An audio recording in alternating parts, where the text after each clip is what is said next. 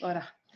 Donc voilà, moi j'avais choisi comme problématique le problème de l'incontinence. Petite blague à partir, j'ai vraiment fait ma présentation moi-même sans l'aide de ChatGPT.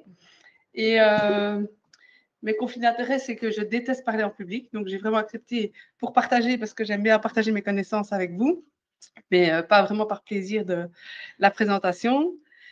Je parle parfois, même souvent trop vite, et parfois je peux chercher mes mots. Mais voilà. Alors, la grande question des patients qui ont des fuites urinaires, c'est « Docteur, est-ce que je vais devenir incontinent ?» Alors, malheureusement, quand ils disent qu'ils ont des fuites, spoiler alert, ils sont déjà incontinents, puisque l'incontinence, c'est le fait d'avoir des fuites. Et vraiment, leur crainte, souvent, c'est de finir avec des protections. Donc, voilà. Moi, souvent, je ne leur dis rien, mais je sais qu'ils le sont déjà, et je ne leur dis pas. Alors, le plan de la présentation, on va parler un petit peu de physiologie, puis des symptômes, du bilan qu'on peut faire et de la prise en charge. Le plus important à retenir, c'est surtout ce qui se passe auprès de la vessie, parce que bon, tout ce qui est neurologique, malheureusement, en tant qu'urologue, on n'y a pas vraiment accès et souvent, on n'a pas l'occasion de pouvoir y faire grand-chose, mais on peut jouer quand même au niveau de la vessie, notamment au niveau des récepteurs parasympathiques à l'acétylcholine avec les anticholinergiques, au récepteur bêta-3 adrénergique avec les bêta-3 mimétiques. Et alors, chez les hommes, on peut aussi utiliser les récepteurs alpha. On va donc utiliser les alpha-bloquants pour relâcher le col vésical et améliorer l'émission. Donc, la vessie, elle a deux rôles. Le premier, d'accumuler l'urine, donc d'essayer de se remplir à basse pression. Et puis, dans un deuxième temps, de se vidanger correctement. Donc, l'importante première partie, une bonne relaxation pour avoir une bonne capacité et puis ensuite une bonne vidange. Et donc, on a les fameux récepteurs dont je vous ai parlé, les récepteurs muscariniques au sein de la vessie et B3 adrénergiques au sein du détrusor et alors autour du col vésical et au sein de la loge prostatique, les récepteurs adrénergiques sur lesquels on utilisera les médicaments alpha-bloquants. Alors, il peut y avoir deux soucis, soit un obstacle, quand même souvent on retrouve ça évidemment chez l'homme, puisque l'urètre de la femme il est très court, donc on a très peu de soucis d'obstacle. Donc l'obstacle va faire quoi? Une mauvaise vidange et donc des symptômes d'obstruction.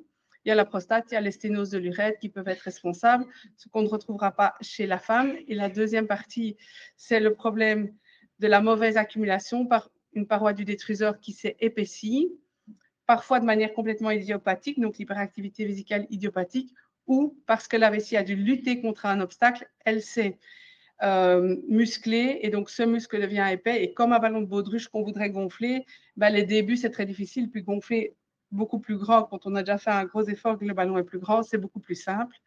Et donc cette couche épaisse de muscle fait qu'il y a une mauvaise accumulation puisque on travaille à haute pression, la vessie n'arrive pas à avoir une bonne capacité et ça donne des symptômes qu'on appelle irritatifs. Donc voilà les deux types de symptômes, obstructifs et irritatifs. Et alors, il y a une autre incontinence, mais qui est vraiment chez la femme, qui est l'incontinence d'effort pure par une mauvaise, une insuffisance du plancher pelvien à retenir l'urètre à sa place. Et je vais en parler un peu moins parce que les choses sont un peu plus simples de ce côté-là. Et donc, comme j'expliquais, la vessie doit d'abord bien se remplir. Donc ça, c'est la phase de remplissage. La deuxième phase, la phase de la miction. Et puis la phase qu'on appelle post-mictionnelle, où on peut avoir les gouttes retardataires à la fin de la miction, ou alors une deuxième contraction de la vessie, comme dans les cas d'hyperactivité vésicale, où les gens disent « je viens de faire pipi, puis 2 minutes après, je dois retourner », où il y a des fuites alors que je venais de m'essuyer. Donc ça, c'est la description des symptômes. Maintenant, qu'est-ce qu'on peut faire en tant que médecin au départ? C'est une anamnèse. Dans l'anamnèse, la première chose, surtout chez les personnes âgées, c'est tous les antécédents qui vont pouvoir expliquer les différentes causes de l'hyperactivité vésicale ou du problème des symptômes obstructifs. D'abord, est-ce qu'ils ont déjà eu des chirurgies, que ce soit avec une néoplasie du rectum, au niveau prostatique, soit une résection de la prostate déjà, mais même si on a déjà eu une résection de la prostate, on peut avoir une sclérose de col secondaire, donc on peut avoir quand même une obstruction, même si on a déjà eu ce fameux raclage de prostate. L'adénomectomie, qui est, elle, aussi comme la résection endoscopique de prostate, où on enlève la partie de l'adénome, donc on laisse la coque prostatique, il y a toujours de la prostate, Et l'abdominectomie est faite plutôt par voie chirurgicale ouverte, encore que maintenant, il existe des techniques au laser pour le faire. La PRT, donc, c'est l'enlèvement de toute la prostate pour un cancer. Est-ce que le patient a déjà eu une sonde vésicale? Si on a déjà eu une sonde, s'il y a déjà eu des manipulations, ben, on a plus facilement un risque de sténose de l'urètre. Si c'est une femme, est-ce qu'elle a une bandelette urétrale pour de l'incontinence d'effort? Au niveau médical, est-ce qu'il y a un diabète? Est-ce qu'il y a eu de la radiothérapie? Les antécédents neurologiques aussi ont leur importance. Est-ce qu'il y a déjà eu un AVC, une sclérose en plaques, un Parkinson, qui ont aussi toute leur importance dans la prise en charge. Chez les femmes, évidemment, est-ce qu'il y a eu des grossesses? Ça, c'est plutôt le type d'accouchement, les poids de naissance, puisque les gros bébés vont avoir plus tendance à donner des problèmes d'incontinence, mais on aura plutôt de l'incontinence d'effort pure à ce moment-là. Les traitements diurétiques ont aussi leur importance, puisqu'évidemment, si on prend un Lasix le matin, qu'on doit faire 15 fois pipi le matin, c'est logique, c'est juste l'effet du Lasix, ce n'est pas un problème de vessie. Le Forxiga donne aussi quand même un peu plus souvent aux gens l'envie de faire pipi. Est-ce qu'il y a déjà eu des prises anticholinergiques? Est-ce qu'elles ont été efficaces ou pas? Le tabagisme nous renseigne plus sur les risques à avoir des polypes de la vessie, encore que dans les personnes âgées, il y a encore beaucoup de personnes qui ont malheureusement subi du tabagisme passif. Et j'ai déjà opéré plusieurs personnes non fumeuses, mais vivant dans des milieux de fumeurs et donc finalement ont fumé de manière passive toute leur vie. Et ça, c'est pas vraiment chez la population âgée, mais la consommation de kétamine peut mimer aussi des cystites, des besoins très fréquents d'uriner. Ça donne des micro-vessies par de l'ischémie vraiment de toute la paroi, au point que les vessies, voilà, ils vont faire pipi 3 gouttes et ces vessies n'ont plus aucune compliance. Alors, après l'anamnèse des antécédents, la deuxième partie, c'est l'anamnèse vraiment de l'incontinence. Donc, est-ce qu'il y a un besoin fréquent d'aller faire pipi? Essayez de voir le nombre de mictions par jour, ce n'est pas toujours facile à obtenir.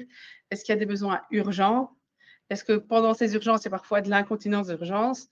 Pas toujours facile à avouer. Donc, moi, je dis toujours, est-ce qu'il n'y a pas une petite goutte quand même qui reste? Ah oui, ouais, un petit peu quand même. Alors, est-ce qu'il y a des réveils la nuit? Alors, la nicturie, c'est vraiment, on se réveille la nuit parce qu'on a envie de faire pipi et on se redort ensuite. Si c'est des réveils pour autre chose et qu'on va faire pipi parce qu'on s'ennuie, ce n'est pas vraiment un problème de vessie, c'est un problème de sommeil. Alors, si on demande aussi aux gens, est-ce que c'est des bons volumes? Les gens sont très vite satisfaits de leur volume urinaire. Donc, ce n'est pas très contributif. Il faut vraiment faire un calendrier mictionnel où ils les mesurent de manière objective parce que les gens ont toujours l'impression de ne pas faire pipi 2 gouttes, même si parfois c'est quand même des petites quantités.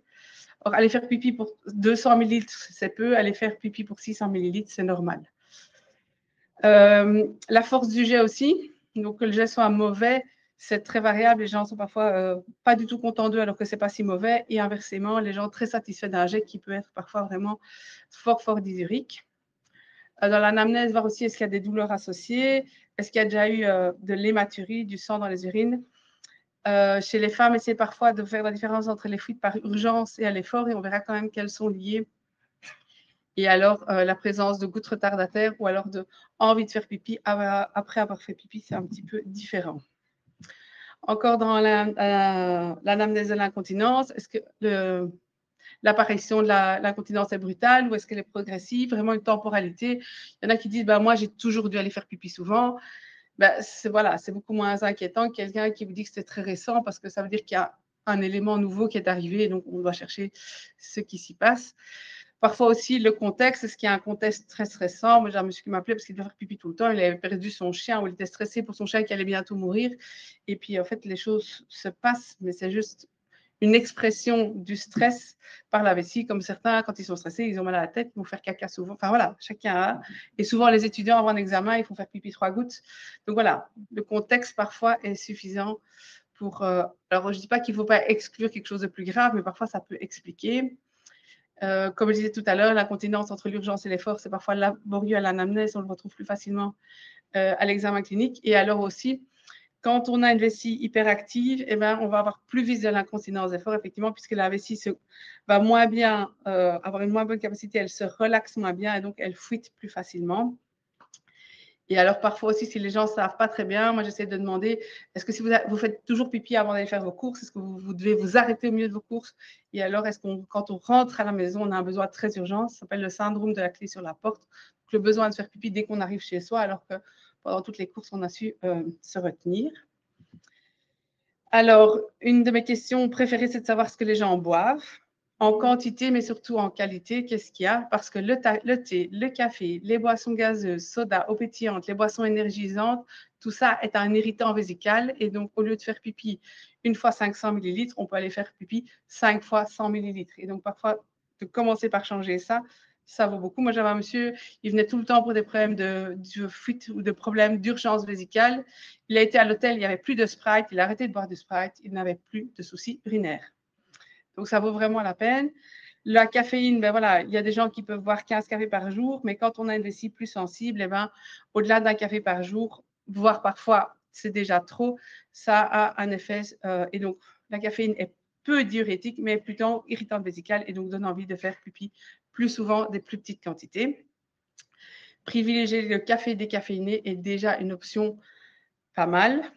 Alors, voir s'il y a une constipation associée. Parce que la constipation fait qu'on va moins bien vidanger sa vessie et la présence d'un fécalome, là, peut irriter la vessie, non pas par voie interne, mais par voie externe. Et donc, on a parfois de l'hyperactivité vésicale due à un fécalome. Et tous les médicaments anticholinergiques vont donner comme effet secondaire potentiellement une constipation. Donc, il faut prévenir les gens. S'il y a déjà une constipation importante, ce n'est pas la solution à privilégier en premier lieu. Et alors, chez les femmes, de voir est-ce qu'il y a de la dyspareunie associée, donc des douleurs lors des rapports, ou chez les hommes, est-ce qu'il y a des douleurs au niveau du périnée, est-ce qu'il y a des douleurs testiculaires. Et puis, la dernière chose qui me semble importante et que parfois on oublie, c'est que parfois les gens viennent se plaindre et juste envie de savoir que ce n'est pas grave ce qu'il y a derrière et que l'importance de la qualité de vie, c'est de savoir aussi, eux, à quel point ça leur apporte de l'inconfort. Parce que le monsieur qui me dit, je me réveille 3 fois la nuit, il y en a qui me disent, c'est une catastrophe de se lever 3 fois pour faire pipi. Il y en a qui disent, moi, je m'en fous, au bout de 2 minutes, je me rendors, donc je n'ai pas besoin de médicaments. Donc, je pense qu'il ne faut pas, non plus dans l'autre sens, mettre des médicaments pour mettre des médicaments. Il faut quand les gens sont demandeurs. Et donc, effectivement, des gens sont troublés de se lever 3 fois la nuit et d'autres, pas du tout. Et donc, parfois, ils viennent simplement pour être rassurés sur la cause. Et si ce n'est pas grave, ben, on peut laisser comme ça, il n'y a pas de mal à avoir des fuites urinaires du moment qu'il n'y a pas de honte, qu'il n'y a pas d'isolement social, qu'il n'y a pas d'impact sur le ou la partenaire. Ça peut avoir un impact au niveau estime de soi, avec de la dépression. Chez les femmes, quand il y a des fuites, notamment lors des rapports, même une diminution de la libido, de peur d'avoir des fuites pendant les rapports. Et il y a évidemment aussi un impact économique à toutes ces fuites. Alors, comme j'ai expliqué tout à l'heure, il y a les deux types de symptômes. Donc, les symptômes irritatifs, c'est la vessie qui ne va pas bien se remplir, elle est nerveuse et donc elle ne va pas bien se relaxer, on aura des plus petites quantités. Donc, en journée, on fait pipi souvent, on se réveille la nuit pour faire pipi. On a un besoin urgent, favorisé par le changement de passage du chaud au du froid, l'eau qui coule, comme je vous expliquais juste avant, le syndrome de la clé sur la porte, majoré dans les contextes de stress et par toutes les boissons que je vous ai expliquées tout à l'heure. Et alors, parfois, les fuites, il y a des fuites par urgence et les fuites par effort vont être aussi aggravées quand il y a en plus des urgences mictionnelles. Et alors, parfois, il y a une fuite juste après avoir fait pipi, on s'est essuyé, on pensait que tout va bien, et puis il y a des gouttes qui ressortent. Et parfois, c'est une nouvelle contraction de la vessie involontaire qui est dans le même type de symptômes, donc dans les symptômes irritatifs. Tandis que dans les obstructifs, qu'on retrouve plus facilement chez les hommes, puisque chez la femme, a priori, il n'y a pas d'obstacle. C'est vraiment exceptionnel de trouver des sténoses de l'urètre chez les femmes. Donc là, on aura un jet qui est mauvais. Alors, attention, parfois les gens disent le jet est mauvais, mais seulement ils font des toutes petites quantités. Et donc, en fait, le jet n'est pas mauvais parce que le canal est bouché, mais simplement parce qu'il n'y a pas assez dans la vessie à vider. Et donc, il ne faut pas trop vite dire « Ah ben, le jet est mauvais, c'est un problème d'obstruction ». Parfois, c'est simplement une mauvaise relaxation. Le volume vésical à expulser est faible et donc le jet est faible simplement parce qu'il n'y a pas grand-chose à faire sortir. On décrit souvent alors, un jet un petit peu interrompu, miction un petit peu saccadée. Parfois aussi chez les hommes jeunes qui n'ont pas une grosse prostate, en fait, ils sont stressés, les muscles du plancher pelvien ne sont pas bien détendus et donc la vessie pousse et chaque fois que les muscles du plancher pelvien se détendent un petit peu, il y a un coup qui sort, puis un nouveau coup qui sort. Donc, on peut retrouver ça dans les prostates gonflées, mais aussi chez des gens plus jeunes avec des planchers pelviens qui ne sont pas bien détendus et donc qui vont donner des mictions, ce qu'on appelle saccadées. On peut avoir des mictions par poussée. Les gens disent, j'arrive tellement pas à faire sortir que je dois pousser comme pour aller à selle, faire un valsalva. Les gens ont parfois l'impression de mal vider. Et ça, il faut faire attention. C'est de nouveau un petit peu, ça peut être un problème d'obstruction, mais parfois, c'est une sensation de vidange incomplète. Et en fait, on est dans les symptômes précédents de vessie nerveuse, donc des faux besoins d'aller faire pipi, une fausse information que la vessie n'est pas vide. Donc, la sensation de mal vider n'est pas toujours juste. Parfois, c'est en fait vraiment une vessie nerveuse qui dit il faut de nouveau me vider alors qu'elle est vide. Donc, l'échographie nous aidera dans ce cas-là. Et alors, un petit peu différent de la contraction vésicale juste après avoir fait pipi, plutôt des gouttes retardataires. Donc, la prostate fait un obstacle et la fin, c'est un robinet qui goutte plus qu'une miction terminée et une deuxième fois une contraction vésicale. Alors, dans l'examen clinique, voilà, j'ai fait la différence avec les personnes avec prostate et sans prostate. Donc, chez les personnes avec prostate, on a beaucoup plus facilement un obstacle parce que l'urètre est long, parce que la prostate grossit et va être dans le chemin. L'examen clinique, vérifier déjà ce qu'il y a un globe. Ceci dit, voilà, parfois avec l'obésité, on ne sait pas faire le diagnostic du globe. Au niveau des organes génitaux, de vérifier est-ce que ce n'est pas déjà le prépuce qui coince, parce que ça peut quand même arriver. Des gens qui ne savent plus faire pipi, mais en fait, ce n'est pas l'urètre qui est rétréci, c'est le prépuce devant l'urètre. Vérifier qu'au niveau du méa urétral, ce soit large aussi, que ce ne soit pas sténosé. Au toucher rectal, on peut voir est-ce qu'il y a une grosse prostate, est-ce qu'il y a un cancer de la prostate. Ceci dit, autant une grosse prostate qu'un cancer de prostate peut donner une rétention urinaire et le volume prostatique n'est pas un facteur en disant ça va être ou pas une rétention urinaire ou il a des chances d'avoir. Il y a des messieurs de 80 ans qui ont 250 grammes de prostate et qui vident complètement leur vessie. Il y a des messieurs de 30 ans qui sont bloqués avec 30 grammes. Donc, c'est plus une indication de type de chirurgie à faire en cas de rétention, mais le volume prostatique n'est pas 100% fiable pour dire ah ben lui il va un jour avoir une rétention ou pas. Évidemment, plus la prostate est petite, moins il y a de risque d'en avoir une. Et alors, à l'examen clinique, il faut aussi parfois exclure un fécalome lors du toucher rectal, qui peut être la cause de la rétention, parce que rien que le fait d'être constipé, ça prend beaucoup de place dans le petit bassin, et donc la prostate n'est pas très grosse, mais l'accumulation de caca a tellement de volume que finalement, les urines arrivent à moins bien s'évacuer. Et donc, chez les personnes sans prostate, même chose. Examen clinique par s'il y a un globe. Au niveau des organes génitaux, aussi chez les femmes trans, où il y a en fait encore une prostate, mais parfois aussi une reconstruction vaginale. On peut avoir une sténose du méa urétral, des problèmes de descente de vessie, donc de prolapsus, voire à l'examen clinique, est-ce qu'il y a effectivement une fuite d'effort? Ça veut dire que quand la personne tousse, on voit les urines sortir du méa urinaire. Avec le test de Bonnet, on met le doigt en dessous pour voir si les muscles étaient compétents. Est-ce qu'il y a encore une fuite? Ça, c'est un des tests pour dire, voilà, qu'avec une bordelette sous-urétrale, on pourrait résoudre les problèmes d'incontinence d'effort, et également de voir s'il n'y a pas un fécalome. Au niveau du plancher pelvien aussi, palper les muscles, parfois des muscles tout tendus, vont être un petit peu un cercle vicieux parce que la vessie ne se vide pas bien parce que les muscles écrasent l'urètre. Donc, la vessie s'énerve, elle devient plus grosse. Donc, comme les parois sont plus grosses, elle se relâche moins bien, il y a une moins bonne capacité, on fait pipi plus souvent et alors on est un peu dans un cercle vicieux. Et alors, si la personne a déjà eu la mise en place d'une bordelette sous-urétrale, exclure qu'il y ait une complication de celle-ci avec une bordelette qui va migrer, notamment dans la vessie, dans l'urètre, ou alors avec une érosion au niveau vaginal. Les examens complémentaires, le plus facile, c'est l'échographie. La première chose, c'est de vérifier est-ce que la vessie est pleine, est-ce qu'elle ou pas. Si la vessie a l'air suffisamment pleine, de vérifier est-ce que la personne, après avoir été faire pipi, la vide correctement. Et de voir aussi est-ce que la vessie est en pleine, est-ce qu'il y a une répercussion, une hydronéphrose, donc est-ce que les reins sont sous tension au-dessus.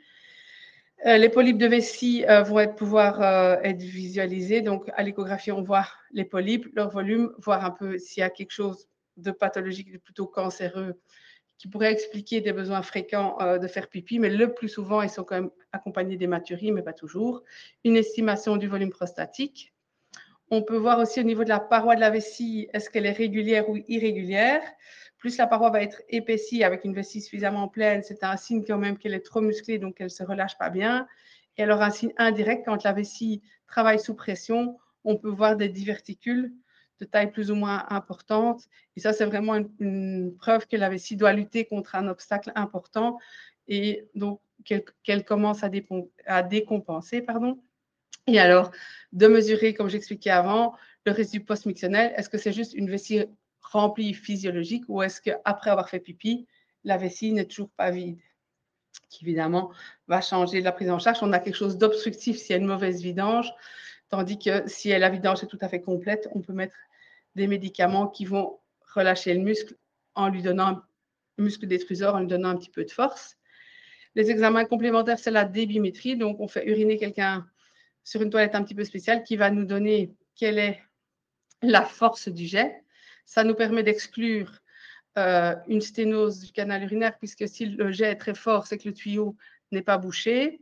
Et puis alors, en fonction de la courbe, on peut avoir aussi des idées. Si c'est une courbe vraiment au pic comme ça, on va se rendre compte que c'est plutôt une vessie trop nerveuse. Elle se contacte en une fois avec beaucoup, beaucoup de force. Donc, c'est vraiment comme une petite montagne, un vrai pic. Si c'est un endroit où c'est rétréci, ben, on aura une ligne vraiment droite avec le maximum qui est en fait équivalent au diamètre de l'urètre à cet endroit-là. Et donc, on a une ligne vraiment plutôt en plateau. Et si c'est une courbe en cloche, mais un petit peu aplatie, ça signe plutôt un obstacle au niveau prostatique.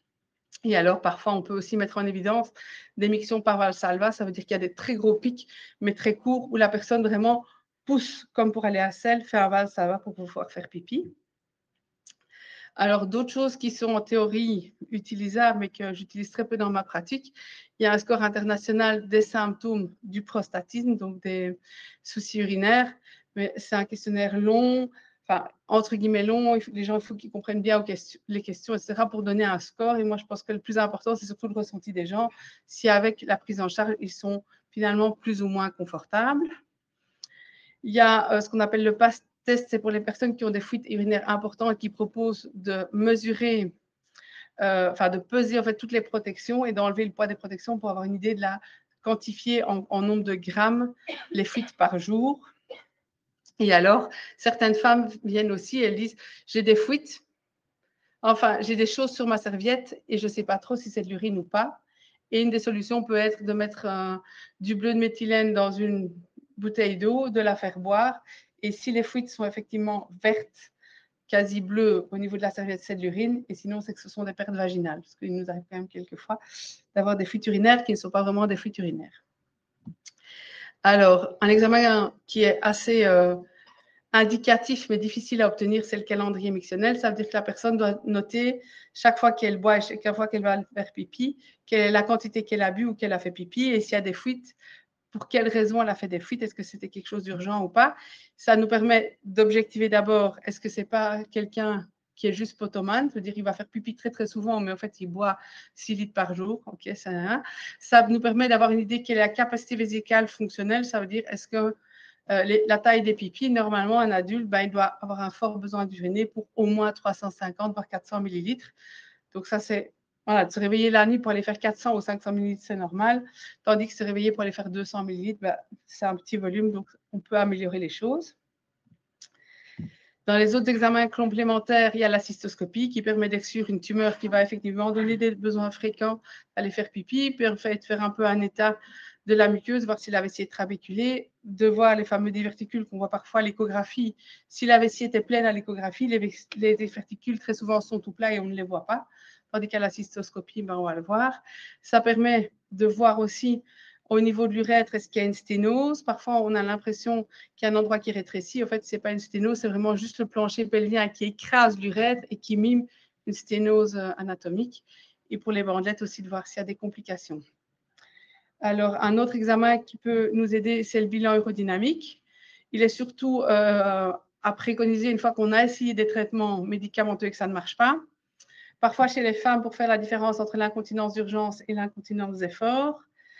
Et alors, il est fait de manière quasi systématique avant toute chirurgie, que ce soit la bandelette sous-urétrale dans l'incontinence d'effort, du botox pour les fuites de manière urgence, quand on remonte les vessies, ou alors dans le suivi des maladies neurologiques, enfin des vessies neurologiques. Alors, pour la prise en charge, comme je vous disais, la première chose à faire, on fait quoi? La première chose, c'est changer ses habitudes. C'est le plus dur, mais c'est ce qui peut rapporter gros. Tous ces médicaments anticholinergiques, sauf dans les cadres d'AVC, des choses comme ça, sont des médicaments non remboursés et relativement coûteux. Donc, la première chose à faire, c'est vraiment de stimuler, d'arrêter thé, café, soda, boissons énergisantes, bière, alcool.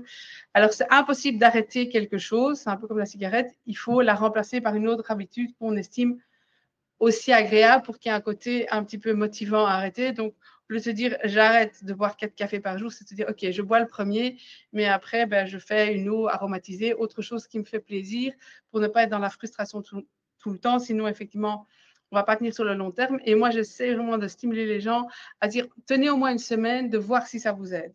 Si ça ne vous aide pas, ben après, on peut dire qu'on arrête. Ou voilà. Mais de voir s'il y a un effet avant de se dire ça ne marchera pas. Parce que voilà, si on met des médicaments anticholinergiques et qu'on continue avec tous ces irritants vésicaux, ben souvent, ça ne sert à rien. Essayez de bien décaler les boissons en journée et quand il y a des problèmes de faire pipi la nuit, d'arrêter en fin de journée. Et s'il y a des diurétiques, de les prendre plutôt 10 heures avant le coucher pour essayer un petit peu, entre guillemets, de s'assécher l'après-midi pour que la nuit soit plus confortable et qu'il y ait moins de réveil la nuit. Donc ça, c'est dans les habitudes déjà au départ. Et puis alors, le traitement, il doit vraiment être basé sur les symptômes, sur leur importance et ce qui a de l'importance pour les gens. Parce qu'il y a des gens, comme je vous disais tout à l'heure, se réveiller la nuit, ce n'est pas un souci, d'autres, c'est vraiment gênant. Et alors, être orienté aussi, est-ce qu'il y a une prostate, est-ce qu'il n'y a pas de prostate, l'âge du patient, les comorbidités et vraiment ses attentes, de voir qu'est-ce qui est le plus important pour lui. Et parfois, effectivement, je mets les traitements le matin ou le soir en fonction des moments les plus difficiles.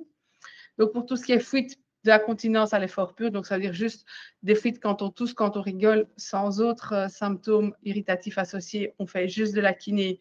Si la kiné ne fonctionne pas, on propose des bandelettes sous le canal urinaire. Quand il y a quand même des besoins un peu trop fréquents d'aller faire pipi, des réveils la nuit, ça vaut la peine d'associer des médicaments contre les symptômes irritatifs parce que la continence d'effort va être aussi améliorée. Alors, pour ce qui est les problèmes de symptômes obstructifs, donc c'est souvent des problèmes d'hypertrophie prostatique chez les hommes, on peut commencer par les médicaments à base de plantes, le Cinera-Repens, qui lui aide surtout pour les problèmes un petit peu trop fréquents, mais voilà, des petites gènes, mais pas grand-chose. Si c'est vraiment une mauvaise vidange de la vessie, comme on avait vu tout à l'heure, c'est on va aller sur les récepteurs qui se trouvent au niveau du col vésical et de la prostate pour ouvrir le col vésical. Donc, on ne va pas diminuer le volume de la prostate, mais comme le col vésical s'ouvre, les deux lobes de la prostate sont un petit peu écartés et la vessie peut mieux se vidanger, l'obstacle est moins grand. Donc, ça sont les médicaments alpha-bloquants. L'avantage, c'est qu'ils ont un effet assez rapide sur les symptômes ou en cas de rétention, on peut les mettre en place et essayer d'enlever la sonde vésicale quelques jours plus tard.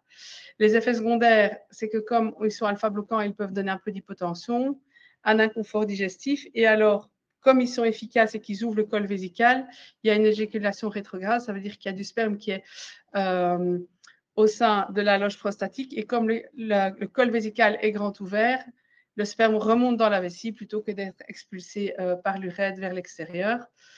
Avec la tamsulosine, l'éjaculation rétrograde, elle est modérée. Avec l'autre, la silodosine, qui est un peu plus efficace, on aura plus d'éjaculation rétrograde, elle est quasi constante. La silodosine par rapport à la tamsulosine est donc un peu plus efficace avec plus d'éjaculation rétrograde. Et elle est un peu plus sélective de la vessie, donc il y a moins de soucis d'hypotension, mais elle est un peu plus chère. Et en cas d'insuffisance rénale, il faut commencer par du 4 mg, mais on peut après aller vers la dose normale de 8 mg. Les autres alpha-bloquants utilisés parfois sont faits des alpha-bloquants utilisés pour l'hypertension, mais qui ont effectivement un effet prostatique également. Alors, pour les syndromes d'obstruction au niveau de la prostate, le col vésical, il peut être ouvert à court terme avec la tamsulosine, mais on peut aussi à long terme essayer de diminuer le volume prostatique avec les inhibiteurs de la 5-alpha-réductase. En fait, ils vont diminuer la concentration de testostérone intraprostatique efficace au sein de la prostate, donc une diminution du volume prostatique et donc une diminution du PSA.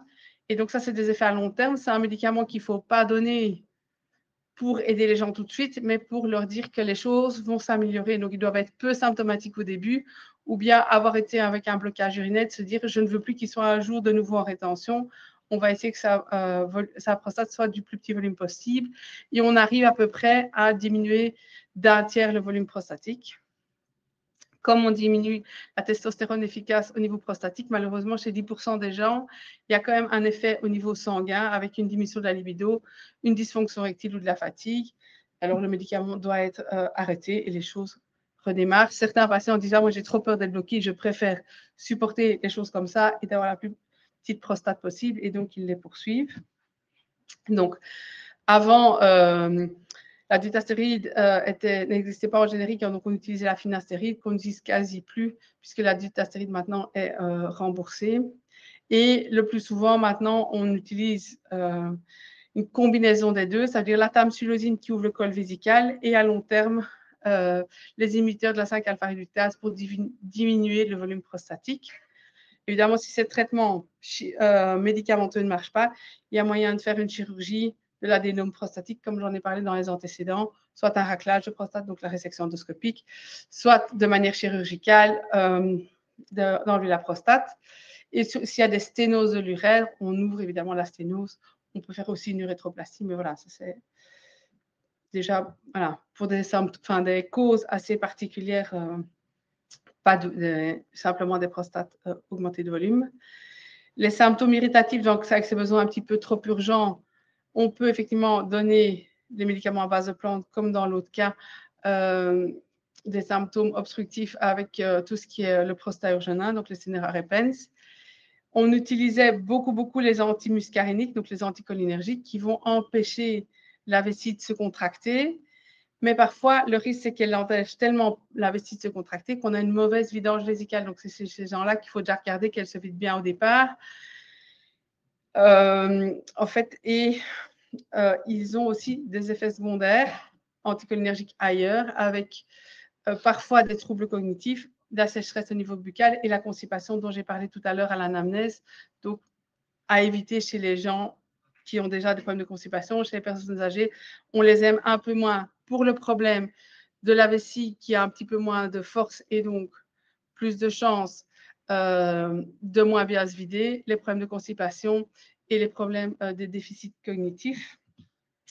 Les contre-indications absolues, c'est la myasthénie, le glaucome, la rectocolite, ou alors s'il y a déjà eu un épisode de rétention, de manière exceptionnelle, on essaye comme avec des petites doses, mais enfin voilà, normalement, on évite. Et donc, dans toute cette gamme d'antimuscaréniques, on a l'oxybutynin qui est très vieille, qui donne beaucoup d'effets secondaires et qui marche bof. La toltérodine est de moins en moins utilisée et les plus récents sont la solifénacine qui était le Vésicare, la fésotérodine, le Toviaz, l'MCLEX et le Mictonorm. Le Mictonorm a un avantage, ce n'est pas tout à fait le cas ici, mais enfin, on peut l'utiliser chez les enfants.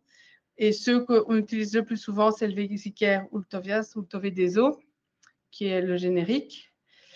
La solifénacine, elle est assez incroyable parce qu'elle est moins chère en 10 mg qu'en 5 mg. Donc, il vaut mieux acheter du 10 et le couper en deux.